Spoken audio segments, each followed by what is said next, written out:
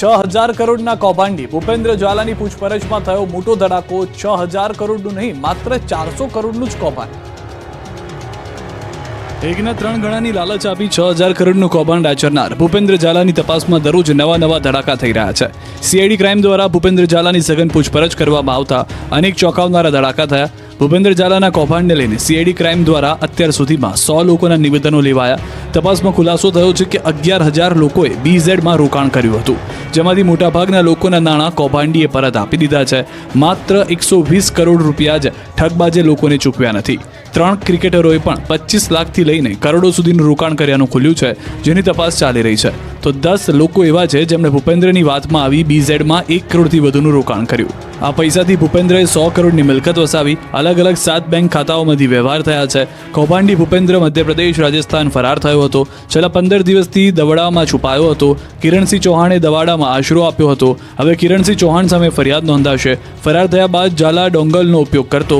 ડોંગલના આધારે પકડાયો ભૂપેન્દ્રસિંહ। તપાસમાં એ પણ ખુલાસો થયો છે કે ઠગબાજ મહિલા પોલીસકર્મીના પ્રેમમાં પાગલ હતો, તેની સાથે લગ્ન કરવાનો હતો। ત્યારે મહિલા પોલીસકર્મીની મિલકતની તપાસ થશે।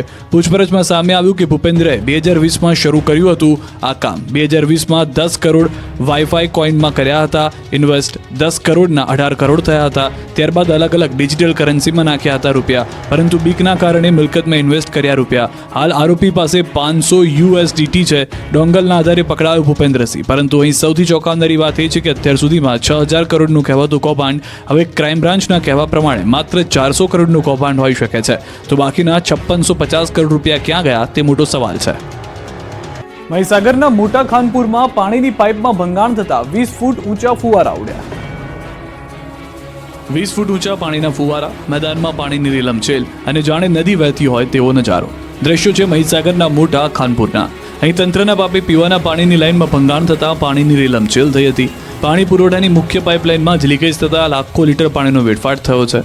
અચાનક લાઇનમાં ભંગાણ થતાં 20 ફૂટ ઊંચે પાણીના ફુવારા ઉડ્યા। 66 ગામ સાથે જોડાયેલા પાણી પુરવઠા યોજનામાં ભંગાણ થતાં પાણીનો વેડફાટ થયો। દ્રશ્યોમાં જોઈ શકાય છે કે મુખ્ય પાઇપલાઇનમાં લીકેજ થવાને કારણે 20 ફૂટ ઊંચો પાણીનો ફુવારો ઉડી રહ્યો છે।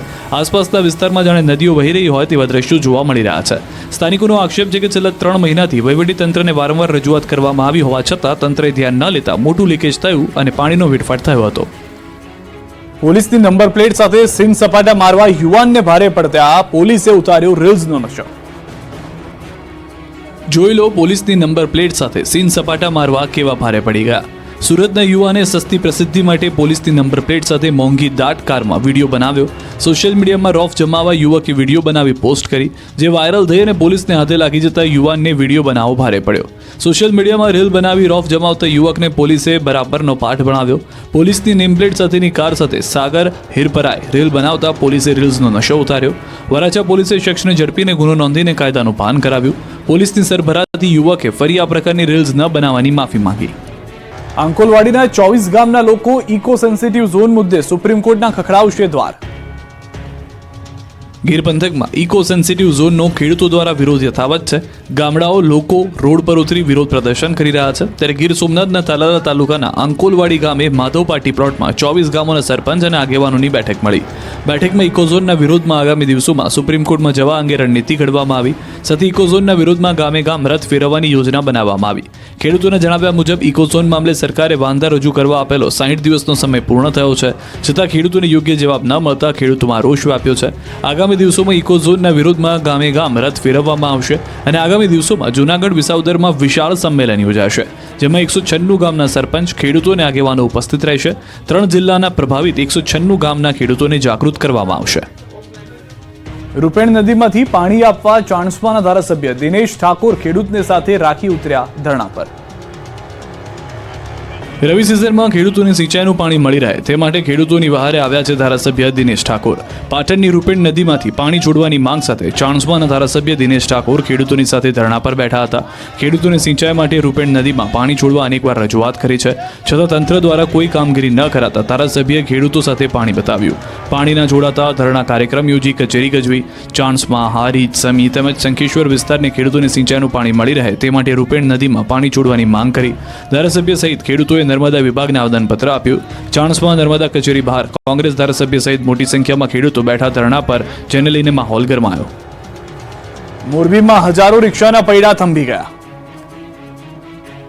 મોરબીમાં રિક્ષા ચાલકો વિરુદ્ધ થયેલી કાર્યવાહીને લઈને રોષ જોવા મળ્યો. રિક્ષા ચાલકોએ હડતાલ પાડી અને કલેક્ટર કચેરીએ પહોંચી આવેદનપત્ર પાઠવ્યું.